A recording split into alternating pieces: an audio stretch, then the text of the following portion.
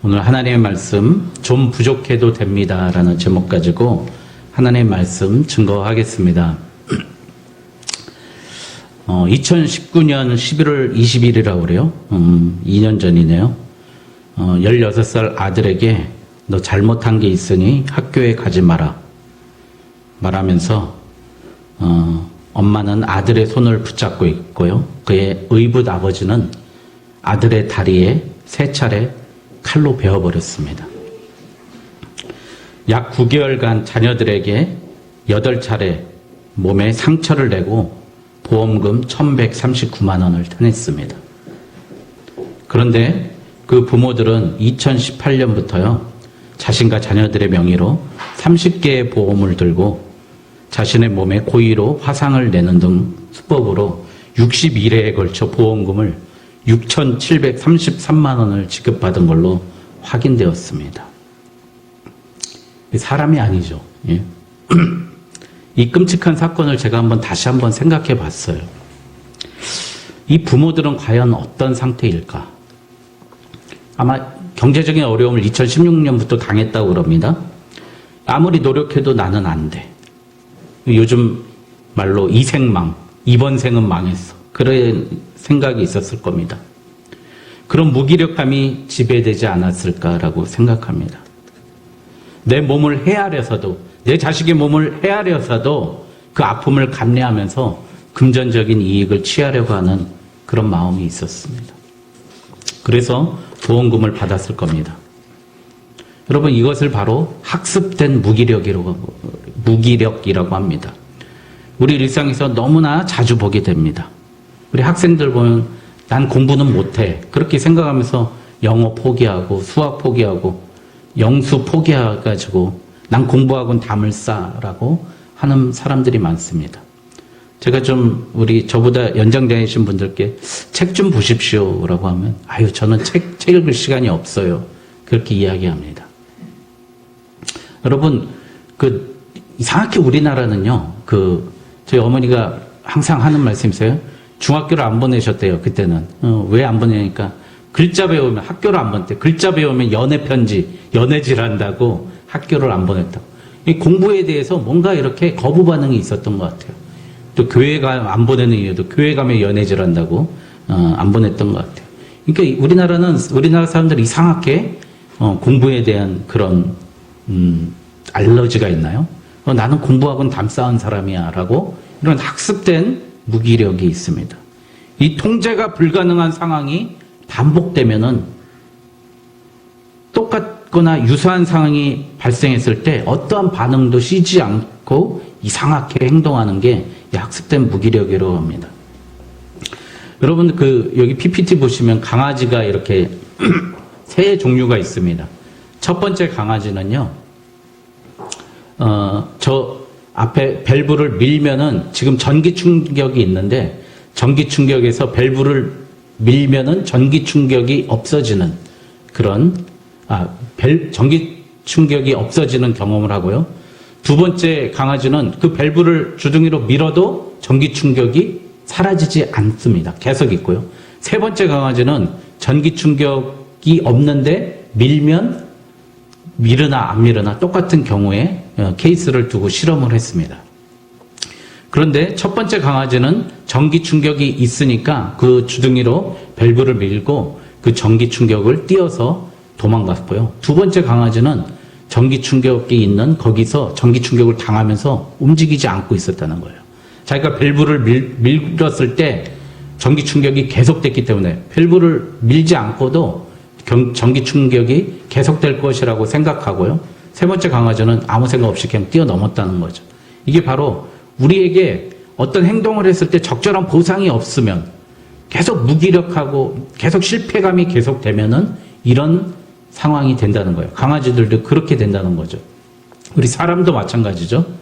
어렸을 때 부모님이 잘한 것에 대한 적절한 보상을 해주지 않는 사람들. 자기가 뭘 해도 소용이 없는 거예요. 그러다 보면 어떻게 되죠? 자꾸 자기가 나는 해봐야 소용없어. 난 할 수 있는 게 없어. 난 항상 실패해 라고 생각한다는 겁니다.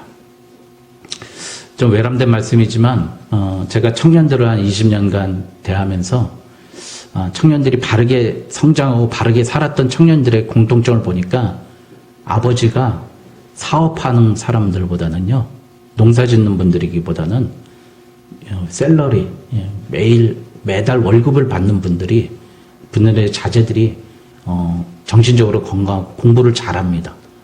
왜 그럴까 생각했더니 아버지가 매달 월급을 받아와서 그에게 매달 적절한 보상을 해주잖아요. 용돈을 주니까요, 아이들이 학습된 힘이 있는 거예요. 내가 이번 달에 열심히 하면 아버지가 용돈을 주시는구나, 어머니가 용돈을 주시는구나, 그런 생각이 있는 거죠. 오늘 말씀에 나오는 아브라함도 그런 사람입니다. 원래 오늘 읽을 때 아브람이지 않습니까? 아브람이라는 뜻은 아버지라는 뜻이고요. 아브라함은 만국의 아버지라는 뜻입니다. 세계 모든 나라의 아버지라는 뜻이고요. 오늘 읽을 때 사레가 나오죠. 사레는 그냥 어머니라는 뜻인데 사라가로 이름이 원래 바뀌잖아요. 그것은 열국의 모든 나라의 어머니라는 뜻이 됩니다. 창세기 17장 5절에 이름이 이렇게 바뀝니다. 아브라함은 12장에 처음에 보면은요, 너는 나의 약속을 믿고 고향과 친척과 아비의 집을 떠나서 내가 내게 보여줄 땅으로 가라고 명령하는데요, 순종합니다. 그 큰 꿈을 믿고 갑니다. 내가 너로 큰 민족을 이루고 내게 복을 주어 내 이름을 창대하게 하리라 라고 그 확신을 갖고 갑니다. 심지어 너를 축복하는 자에게는 복을 주고 너를 저주하는 자에게는 저주를 한다고 하나님이 네 평생에 온통 너의 편이 될 거라고 말씀하십니다. 그래서 그는 약 2000km를 자기 식솔들을 이끌고 걸어서 이동하고 드디어 지금의 이스라엘 가나안 베델에서 하나님께 예배를 드립니다. 그런데 상황이 이상해졌어요. 나에게 복을 주신다 그러고 자녀를 주신다 그러고 땅을 주신다고 했는데 그 땅에 기근이 드는 겁니다. 우리 그런 경우 많이 있지 않습니까? 우리 예수 믿겠다고 결심했는데 갑자기 경제적으로 파탄이 일어나는 거예요. 기근이 일어나는 거죠. 갑자기 몸이 쇠약해지는 겁니다. 아픈 거예요. 잘 다니던 직장에서 해고당하는 거예요. 바로 애굽이 아브라함이 이런 상황에 놓여 있습니다. 근데 이게 한두 해가 아닌 거예요. 몇 년 동안 계속해서 배고픔에 굶주림에, 그리고 하나님의 약속은, 자꾸 하나님의 음성은 전혀 들리지가 않는 겁니다. 그러니 무기력이 빠지는 아브라함입니다. 아브라함이 무엇을 선택했냐고요? 알고 보니까 애굽은 치수, 물을 잘 관리해가지고요, 나일강 물을 잘 관리해서 가뭄이 나도 그 물을 끌어서 농사를 져가지고 곡식이 풍족하다는 걸 알고요, 당시에 세계에서 가장 강력한 나라라는 걸 알아서 애굽으로 가기로 결심을 합니다. 아브라함은 버티지 못하죠. 그 문제에 대해서 버티지 못하고 애굽으로 갑니다. 내 식솔들 먹여 살릴 국리, 내가 살 국리를 합니다. 거창했던 믿음의 출발이 이제 아브라함에게 있어서는 목구멍의 출발로 바뀌게 됩니다. 우리도 마찬가지죠. 사실 우리 하루만 굶어봐요. 못할 일이 있겠습니까? 여러분, 그래서 여러분 항상 근신하고 깨어 있어야 됩니다. 우리 베드로전서 5장 8절에 보니까 근신하라, 깨어 있으라, 너희 대적 마귀가 우는 사자같이 두루 다니며 삼킬 자를 찾는다고 합니다. 결국 아브라함은 마귀의 게임에 넘어간 거예요. 그런데 그 5장 8절의 앞에 이런 말씀이 있어요. 너무 잘 아시는 말씀. 너희 염려를 다 주께 맡기라. 이는 그가 너희를 돌보심이라. 여러분, 나의 모든 문제를 하나님께 맡기지 못하고 자기 힘으로 풀어보려고 했던 아브라함은 결국 애굽행을 택하게 됩니다. 아브라함은 아마 이미 출발할 때부터 제가 오늘 서두에 소개했던 자녀에게 상해를 입히고 보험금을 타먹은 부모와 같은 마음이었을 겁니다. 그 마음속에는 사라가 있었습니다. 어여쁜 사라. 사라를 팔아먹을 공산이었습니다. 왜요? 11절에 보니까요. 그가 애굽에 도착하기 전에 가까이 이르렀을 때 이미 사라에게 그대는 나의 누이라라고 하라고 시킵니다. 위협이 닥친 것도 아닌데 미리 알고 넌 가서 내 여동생이라고 해. 그렇게 이야기합니다. 사라는 애굽으로 가서 인기 스타가 됐죠. 애굽 사람들에게 소문이 났고 이제 고관들, 장관들, 총리들의 눈에도 들어왔습니다. 그래서 잘 보이려고 바로에게 끌어들입니다. 바로는 그의 사라를 자신의 아내로 후궁으로 맞습니다. 그리고 아브라함은 그 값으로 양과 소와 노비와 암수, 낙타, 나귀를 받습니다. 여러분, 여기서 아브라함의 심리를 한번 봤으면 좋겠습니다. 여러분, 아브라함은 선택적으로 망각합니다. 요즘 정치인들이 잘하는 거죠. 아브라함은 자신의 목숨을 보존하기 위해서 애굽 사람들에게 알려주고 싶은 사실만 말했습니다. 내가 전체를 얘기하지 않고, 예, 이 어여쁜 여자는 제 이복 여동생이에요. 이렇게 이야기하는 거예요. 아내라고는 이야기하지 않죠. 그때는 근친혼이 있었습니다. 가까운 사촌 간에는 결혼할 수 있었어요.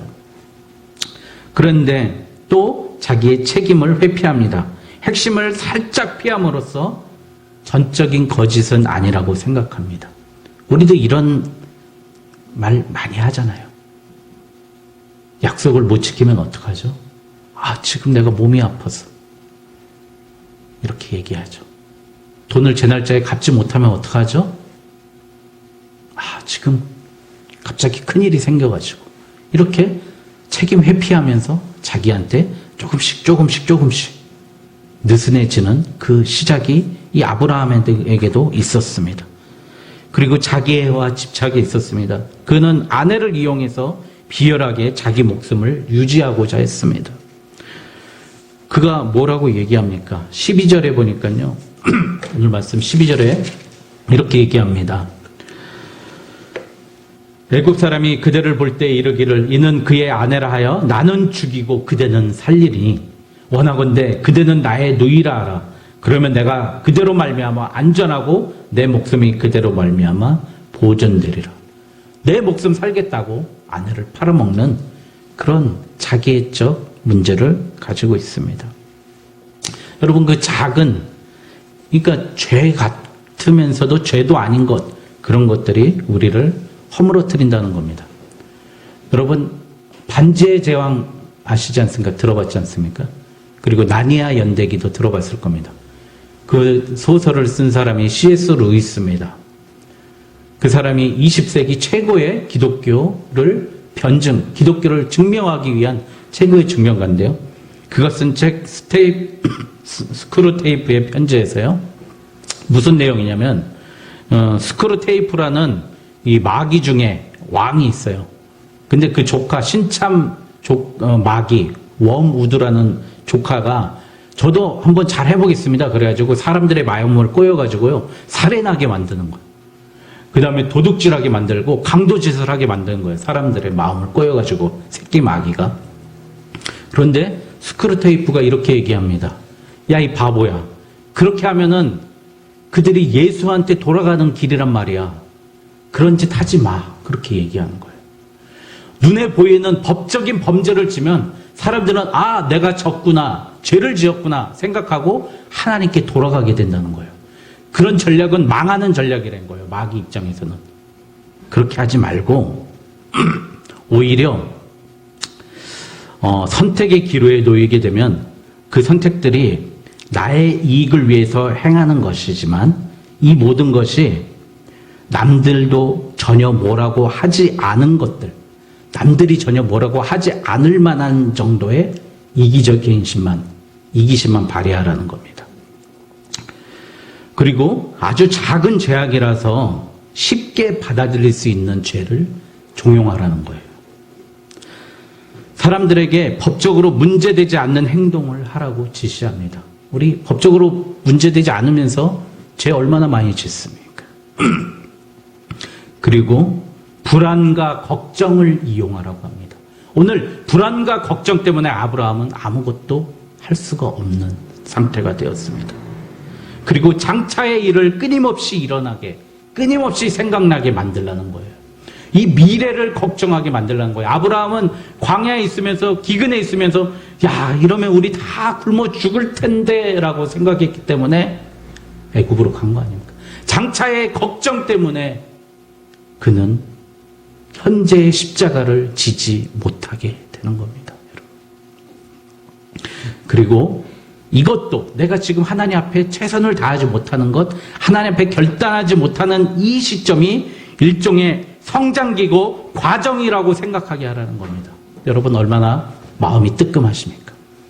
내가 오늘 기도하지 않는 문제, 내가 하나님 앞에 열심히 하지 않은 문제, 우리는 뭘로 합리한다고요? 아유, 지금도 난 성장하고 있는 과정이야, 거쳐야 될 과정이야 라고 생각한다는 거예요. 여러분 마귀들이 얼마나 교묘한지 아십니까? 이렇게 우리를 꼬신다는 거예요. 아브라함을 이렇게 꼬셨어요. 우리는 오늘 이 단번, 이 한 번의 예배를 통해서 하나님 앞에 깨끗해지고 하나님 앞에 나와의 만남이 있어야 되는데 하나님은 조금 있다 만나고 나는 하나님 앞에 가는 과정이야 라고 생각하게 마귀는 우리의 마음을, 오늘 순종하지 않는 우리의 마음을 합리화시켜버린다는 겁니다. 여러분, 그래서 바로는 사라를 아내로 삼고요, 동침하려고 하지만 자꾸 집안에 우환이 생깁니다. 여기 말씀해 보니까 재앙이 일어났다고 그럽니다. 17절에 보니까 이 재앙이라는 단어가 히브리어로 네가라는 단어인데요, 이 뜻으로는 성경에 60일에라 네가라는 뜻이 문둥병이라는 뜻입니다. 그러니까 바로의 자녀들, 식구들이 문둥병이 옮는 거예요. 하나님이 이렇게 치십니다. 여러분, 바로가 사라에게 묻습니다. 도대체 왜 당신이 우리 집에 들어온 이후에 왕궁의 저주와 재앙과 문둥병이 끊이지 않는 것이요? 그러니 겁이 난 사라는 이실을 짓고 합니다. 사실은 제가 죄를 졌습니다. 용서해 주세요. 아브라함이 제 남편이었습니다. 하지만 이복 오빠이기도 합니다. 이렇게 이야기하는 거예요. 여러분, 여기서 작은 교훈 한 가지 얻었으면 합니다. 우리가 세상에서 거짓말하고 속이고 믿음으로 살지 못하면 우리만 망신당하는 게 아니라요, 세상도 손해보고 세상도 망한다는 겁니다. 세상 구하라고 우리가 왔다가 세상을 망쳐놓는 그 범죄자가 된다는 거예요. 믿음 잃으면 다 잃게 된다는 겁니다. 아브라함은 멋지게 시작했지만 그 자신의 현실은 너무 초라했던 것입니다. 이 어려운 문제, 절체절명의 위기에서 여러분 누가 나타나실 차례입니까? 바로 하나님이 일하실 차례입니다. 하나님의 시간이 오고 있습니다. 아브라함은 바로가 추궁합니다. 내가 어찌하여 그를 내 아내라고 내게 말하지 아니하는가? 그 위기가 닥칩니다. 그런데 하나님께서 시편 23편의 복을 주십니다. 여러분 너무 잘 외우죠? 우리 4절 5절 한번 같이 외워볼까요? 내가 사망의 시작, 내가 사망의 음침한 골짜기로 다닐지라도 해를 두려워하지 않는 것은 주께서 나와 함께 하심이라. 주의 지팡이와 막대기가 나를 안위하시나이다. 여러분, 아브라함이 죽음의 위기에 처할 때에 해를 두려워하지 않는 것, 내가 사망의 음침한 골짜기로 잘못해서 갔다는 거예요. 그런데 주께서 나와 함께 하셔서 주의 지팡이와 막대기가 나를 안위하시나이다. 그런데 이걸로 끝나는 게 아니라 우리 5절 한번 외워볼까요? 주께서 내 원수의 목전에서 시작. 주께서 내 원수의 목전에서 내게 상을 차려주시고 기름을 내 머리에 부으셨으니 내 잔이 넘치나이다. 아멘. 20절이 바로 그 말씀입니다. 바로가 사람들에게 그의 일을 명하매 그들이 그와 함께 그의 아내와 그의 모든 소유를 보내었더라. 바로에게 준 그 상급까지, 바로가 준 그 결혼 예물까지 되돌려 보내줬어요. 내가 원수의 목전에서 하나님은 나에게 상을 차려주시는 그런 하나님이시라는 겁니다. 여러분, 어찌 목 댕그랑할 그 사이에, 그 찰나에 하나님은 되려 우리에게 복을 주시는 하나님이라는 겁니다. 왜 아브라함과 사라를 하나님은 살려주셨습니까? 그것은 하나님이 약속하셨기 때문입니다. 하나님은 약속을 지키시는 분입니다. 신실하신 하나님이시기 때문입니다. 심지어 아브라함과 사라의 모든 것을 지키고자 하셨습니다. 하나님은 상식 밖의 일을 버리십니다. 왜 그러실까요? 사라의 몸에서 누가 나와야 되기 때문이죠? 이삭이 나와야 되기 때문입니다. 이삭이 나오고 야곱이 나와야 되기 때문입니다. 야곱이 나오고 12지파가 나오고 12지파에서 유다가 나오고 유다에서 다윗이 나오고 다윗의 몸에서 예수 그리스도가 나오고 오늘 예수 그리스도의 몸에서 우리가 태어났기 때문에 하나님은 사라와 아브라함을 죽이지 않는 것인 줄 믿습니다. 여러분, 하나님은 우리 죽이지 않습니다. 절대 포기하지 않습니다. 여러분, 좀 부족해도 됩니다. 여러분,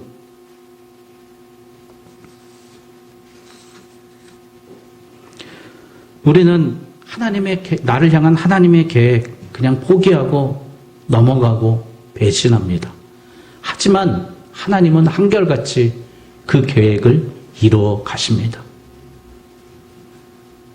여러분, 저는 군생활할 때 공수훈련 있잖아요. 공수훈련. 이 하네스를 차고 이렇게 낙하산에서 딱 뛰어내려야 됩니다. 그런데 못 뛰어내려요. 겁나서 다들 드들들. 그럼 뒤에 있는 교관이요, 발로 빵 차요. 그러면 떨어지는 거예요. 엉덩이를 발로 빵 차면 내립니다. 여러분, 우리는 낙하산이 펴짐을 믿고 그 높은 상공에서 한 땅으로 뛰어내리는 사람입니다. 그것을 믿는 사람이에요. 여러분, 낙하산이 펴질 것을 믿고 뛰어내리는 사람이에요. 안 펴지면 예비 낙하선이 또 하나 있습니다. 낙하산 하나 매는 게 아니에요. 그 예비 낙하선이 펴짐을 믿고 세상으로 뛰어내리는 사람입니다. 우리가 안 뛰어내리면 이 땅에서 보내신 하나님의 계획을 무시해버리는 겁니다. 여러분, 소명 없이 사는 인생입니다. 나를 고작 아내 팔어 끼니를 연명하는 사람, 내 자식의 다리에 칼을 그어서 끼니를 연명하는 그런 부모로 사시겠습니까? 내 양심 팔고 내 쓸개 다 내놓고 오늘 하루, 오늘 일당 벌어서, 오늘 월급 벌어서 생계나 연명해야지, 그러라고 오늘 우리를 세상에 보내신 게 아닙니다. 나를 통해서 이 세상이 복을 받고 나를 통해서 믿음의 씨앗의 열매를 맺는 사람으로 키우고자 하나님이 나를 이 땅에 보내신 겁니다.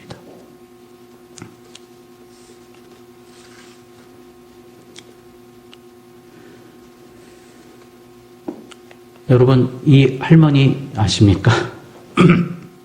엘리자베스 엘리어트라는 여사입니다. 2015년도에 돌아가셨는데요. 이 할머니의 남편이 엘리어트라는 사람인데, 휘튼 대학을 졸업하고 25살 먹은 남자 5명의 선교사가요, 에콰도르로 갑니다. 그런데 가자마자 다 창으로, 칼로 찔려서 5명이 죽습니다. 그래서 외교 문제까지 비화됩니다. 그 휘튼 엘리어트라는 사람의 부인이 엘리자베스 엘리어트입니다. 남편이 죽은 그 고통 속에서요, 이 여인은요, 1년 동안, 이 여인은 헬라어 공부를 했는데, 그리스어 공부를 했는데, 신학교에서 간호사 교육을 받아요. 그래서 간호사가 돼서요, 남편이 순교한 거기로 자신이 갑니다. 그리고 남편을 죽였던 그 장본인 키모라는 부족, 그 사람을 전도해서요, 이 부족의 최초의 목사로 만들어버립니다.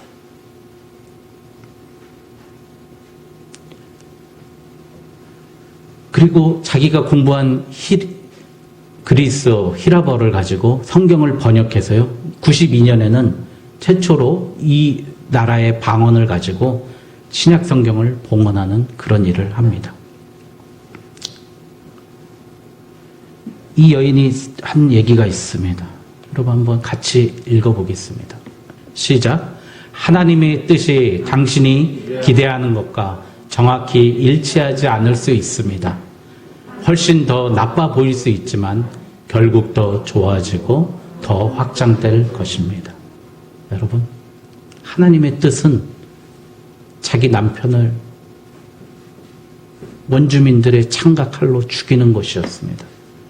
그러나 자신을 보내서 결국 더 좋아지고 더 확장되는 하나님의 역사를 일어나게 했던 사람입니다. 여러분, 우리가 지금 내 생각대로 가지 않습니다. 가뭄과 기근과 고난이 있습니다. 그러나 하나님께서는요, 하나님의 계획을 이끌어 나가고 계십니다. 여러분, 좀 부족해도 괜찮습니다. 우리 교회 약하고 부족하지만 괜찮습니다. 나 얼마나 연약하고 부족합니까? 이 조그만 2mm, 3mm 그 돌가루 하나 때문에 중내산해하는 우리같이 이런 약하지만 하나님 우리를 사용하겠다고 오늘 말씀하십니다. 좀 부족해도 할 수 있습니다. 이제 무기력에서 벗어나서 하나님의 나라와 하나님의 영광을 위해서 뛰어내리는 저와 여러분 되시길 주님의 이름으로 축원드립니다.